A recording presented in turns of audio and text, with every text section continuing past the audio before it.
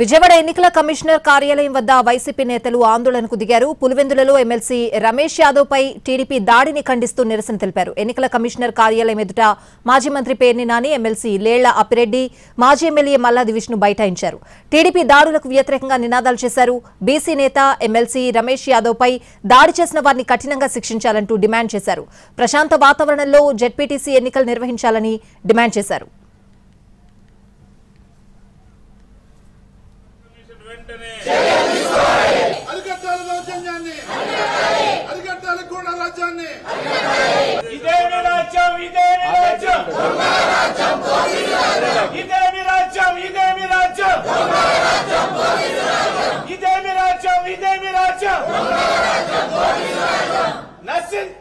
Telugu Desam party goondaism.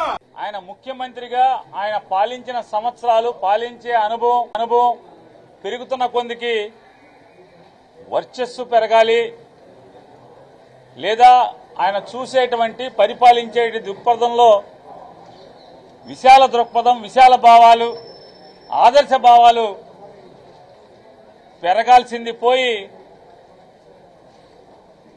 రోజు రోజుకి ఆలోచన సరళి,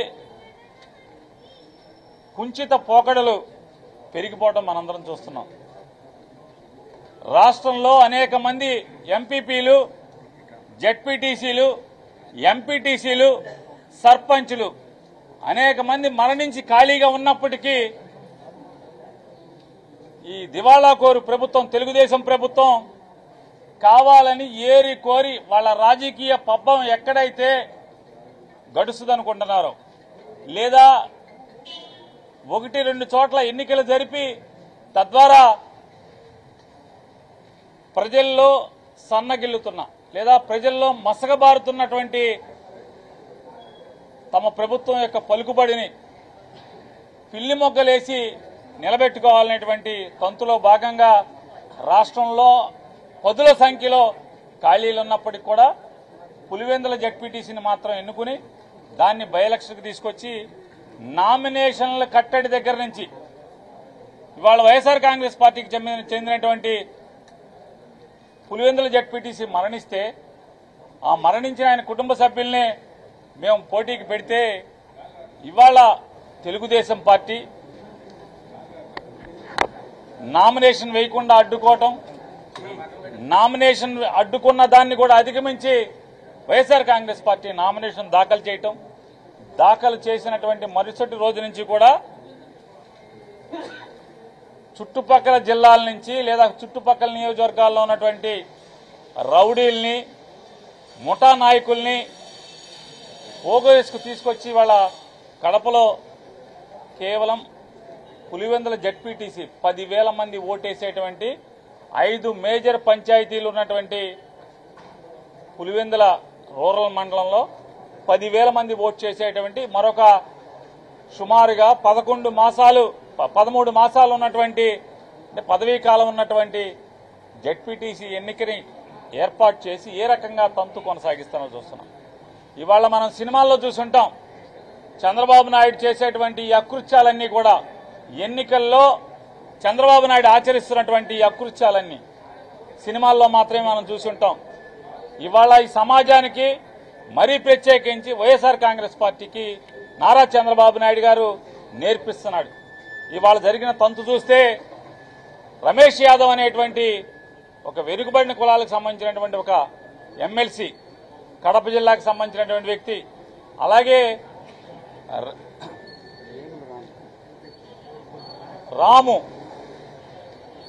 అనేటువంటి వైఎస్ఆర్ కాంగ్రెస్ పార్టీ నాయకుడు, మండల స్థాయి నాయకుడు, ఎంపీపీ, వాళ్ళిద్దరూ కలిసి ఒక గ్రామంలో ప్రచారానికి వెళ్లి ప్రచారం నుంచి బయలుదేరి కారు ఎక్కి ఒక 10 గజాల కారు నడిచిందో లేదో ఆ ఊరు దాటంగానే వెంటనే సినిమాలో లాగా ముందు ఒక 11 కార్లు, వెనక ఒక 13 కార్లు, మొత్తం ముందు వెనక సైడ్ అటుపక్క ఇటుపక్క, అంటే కారు ఎటుపక్కకి తప్పుకుని వెళ్ళిపోకుండా ఉండటం కోసం ముందు వెనక కార్లు పెట్టి, పక్కలో కార్లు పెట్టి, అన్ని కార్లు ఒక్కసారి ఆపి కారులోంచి మనుషులు బయటికి దూకి ఈ కారుని ధ్వంసం చేసి కత్తులతో, రాడ్లతో లోపల కూర్చున్నటువంటి రాము మీద, అలాగే రమేష్ యాదవ్, ఎమ్మెల్సీ రమేష్ యాదవ్ మీద పైశాచికంగా దాడి చేసి, ఎప్పుడైతే ఆ అద్దాలు పగలగొట్టి డోర్ తీసి రాము అనే అతన్ని బయటికి కిరాతకంగా ఈడ్చి, రమేష్ యాదవ్ ఆ కారు డ్రైవర్ ఎప్పుడైతే కొద్దిగా సందు దొరకంగానే ముందు కారుని గుద్దించుకుని పారిపోయి వస్తే, పోలీసులు ఎక్కడున్నారే అంటే చూడండి ఈ డ్రామా అంతా కూడా. పోలీసులు ఎక్కడున్నారే అంటే ఈ దాడి జరిగినటువంటి 1/2 కిలోమీటర్ బయట కాసు కూర్చున్నారు. అంటే అంతా తెలిసి వాళ్ళకి ఇదంతా కూడా ఆర్కెస్ట్రైజ్డ్, ముందే ప్రీ ప్లాన్ గా మీరు ఎక్కడికి రావాలి, మీరు ఏ ఊళ్ళో ఎవరు వస్తే ఎవరిని ఏం చేయాలి, పోలీసులు నెక్స్ట్ ఎంతసేపట్లో వెళ్ళాలి, ఇదంతా సినిమా ఆర్కెస్ట్రైజ్. సినిమాలో స్క్రీన్ పే రాసుకున్నట్టే. వెంటనే అంతా అయిపోయి రాముని చంపే ప్రయత్నంలో పోలీసులు వెళ్తారు. గబగబా వెళ్ళి ఆ రాముని తలకాయ పైలిపోయి చావు బతుకుల మధ్య ఉన్నటువంటి రాము అనేటువంటి వైఎస్ఆర్ కాంగ్రెస్ పార్టీ మండల స్థాయి నాయకుడిని తీసుకొచ్చి హాస్పిటల్లో చేరుస్తారు. రమేష్ యాదవ్ని, గాయాల పాలైన రమేష్ యాదవ్ని తీసుకొచ్చి హాస్పిటల్లో చేరుస్తారు. అంటే మేమే చేర్చామండి పోలీసులు చెప్పటానికి. మేమే చేర్చామన్నప్పుడు మీకు పదుల సంఖ్యలో కారుల్లో రౌడీలు, గుండాలు ఒక గ్రామంలోకి వెళ్తున్నప్పుడు, ఆ గ్రామంలో అప్పటికే వైఎస్ఆర్ కాంగ్రెస్ పార్టీకి సంబంధించినటువంటి 2 నాయకులు, ఒక ఎమ్మెల్సీ వాళ్ళు ఉంటే మీకు స్పృహ లేదా అని అడుగుతున్నాను. పోలీసుల్ని స్పృహ లేదా అని అడుగుతున్నాను. మీకు విజిలెన్స్ లేదా? ఊరూరికి షాడో పార్టీలు ఉండవా? టెన్షన్లు ఉన్నాయని మీరు చూస్తున్నారు. గొడవలు జరుగుతున్నాయి. ఇప్పటికే ఎన్నికలు ప్రారంభంగానే వైఎస్ఆర్ కాంగ్రెస్ పార్టీ ఎన్నికల కమిషన్ ని, డీజీపీని ఎలర్ట్ చేయడం జరిగింది.